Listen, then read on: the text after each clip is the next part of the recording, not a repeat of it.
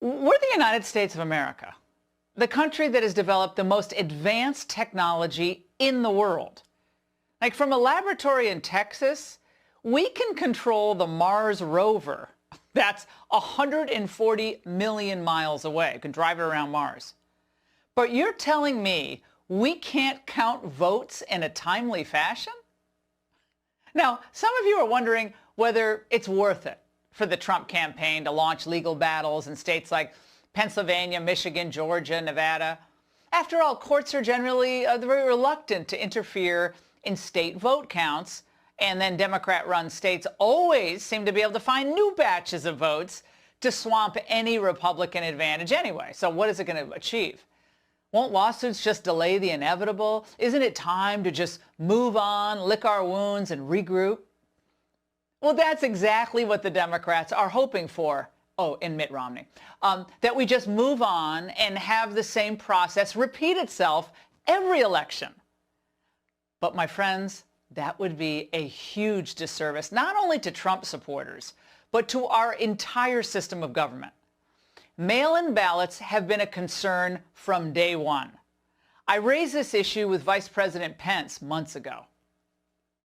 Mail-in ballots, sir, are a looming disaster. I foresee a scenario where President Trump could actually be ahead in key states on election night, but those states couldn't have counted all the mail-in ballots. The one person, one vote right is at the very center of our democracy.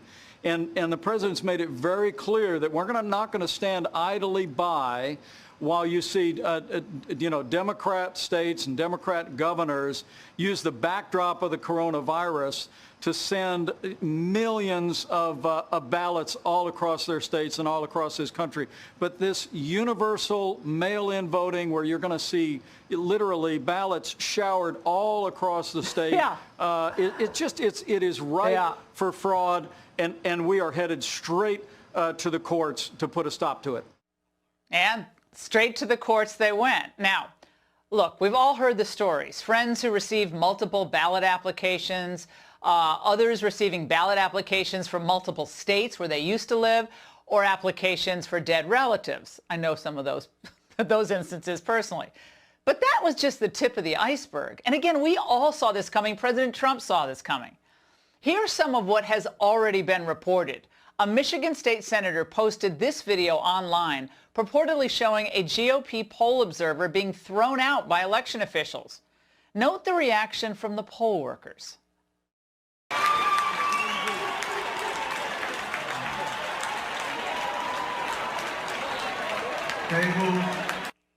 They're cheering.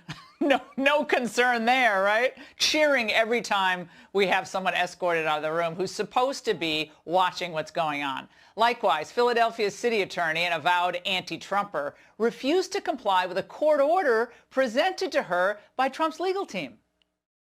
I don't understand what needs to be evaluated. As soon as we can. So someone will respond to you in writing or come down and talk to you? No, the order's pretty clear. I've been a lawyer for 30 years. Can you tell us what's unclear about it? The city is evaluating it, and I can't tell you anything more than that. I don't understand why 8 attorneys need to evaluate this order. My clients' representatives are to be within 6 feet of the process. We have read the order, and we are complying with the order, and we will discuss it with you in a bit. After we keep counting more votes and erode President Trump's advantage. Unbelievable. Now, this comes as no surprise, then, that all over Philly, GOP attorneys tasked with observing the polls reported being blocked from entering ballot counting sites. Why are they blocking them? What are they hiding? And out west, things are just as troubling. 2 days ago, the attorney general there from Arizona found 18 unopened ballots hidden under a rock. Now, those ballots have since been returned, but it just shows you how vulnerable mail-in voting is to be tampered with. If that doesn't convince you, check out what's happening in Nevada.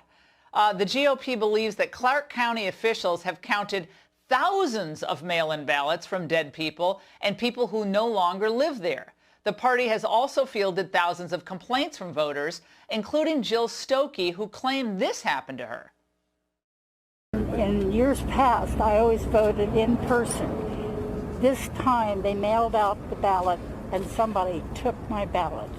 They also took the ballot of my roommate. Guaranteeing the integrity of our vote is necessary for both parties. Vice President Biden says let every vote count, but that's foolish and would be illegal, as state laws require that certain parameters be met for voter eligibility. I couldn't go vote tonight if I wanted to. Should that vote count? In other words, we should ensure that every legal vote counts, to be specific and correct. Every improper vote cancels out a legal vote on the other side.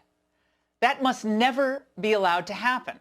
We need to make certain that most Americans, at least most of them, believe elections are won or lost in this country fair and square. And the fact is, right now, almost all of us who voted for President Trump, around, 70 million Americans or so, we have real concerns about this mail-in voting and how this vote is being conducted. We don't trust the people counting the votes. I'm sorry. There's good reason not to trust them. And a lot of Americans don't trust the local officials overseeing the process. And they certainly don't trust the media reporting on it. My goodness, given what we've seen. This cannot be allowed to happen ever again. President Trump, he understands this.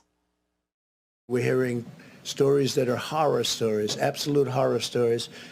And we can't let that happen to the United States of America. It's not a question of who wins, Republican, Democrat, Joe, myself. We can't let that happen to our country. We can't be disgraced by having something like this happen. But it'll probably go through a process, a legal process. I have a feeling judges are going to have to rule. Unless something highly unusual happens, Americans should always know the winner of the election on election night or maybe the next morning. The country needs certainty, and our democratic process cannot be less reliable than, say, Nigeria's. That's why the Trump campaign is fighting. But they're not just fighting for him. They're fighting for us, so that generations from now, this election isn't going to be remembered as just another sad example of elite corruption, but as a moment when we were diligent about getting to the truth. Democracy is sometimes messy. It sometimes requires a little patience as well. But that patience has been rewarded now for more than 240 years with a system of governance that's been the envy of the world. I ask everyone to stay calm, all the people to stay calm. Calm? Do we really think that if the positions were reversed, if Biden was seeing his lead evaporate hour by hour, that his supporters, given what they did this summer, would be calm? There's not enough plywood on the East Coast to protect Washington and Baltimore from the damage they'd do. So spare me, Mr. Vice President. Conservatives don't rush into the streets to fight. We're simply asking for an impartial review of what's happening. And frankly, that's our right. Frankly, it's our duty when we have hundreds of thousands of ballots dumped in key states in batches after election night. President Trump received more votes than any Republican presidential candidate in history, and he attracted the highest turnout among non-white voters in 60 years. Now, he was able to do this not because he gave in and gave up when the going got tough, but because he knew how to fight for first principles. It's about time we had a Republican who knew how to fight. He stood up for working-class Americans instead of selling them out to multinational interests. And now, it's our turn to stand up for him. Conservative and GOP leaders need to rally to his side. It's beginning to happen. I'm glad to see it. The American people need to make their voices heard as well. It's not just the future of one party that's at stake, but the future of our republic.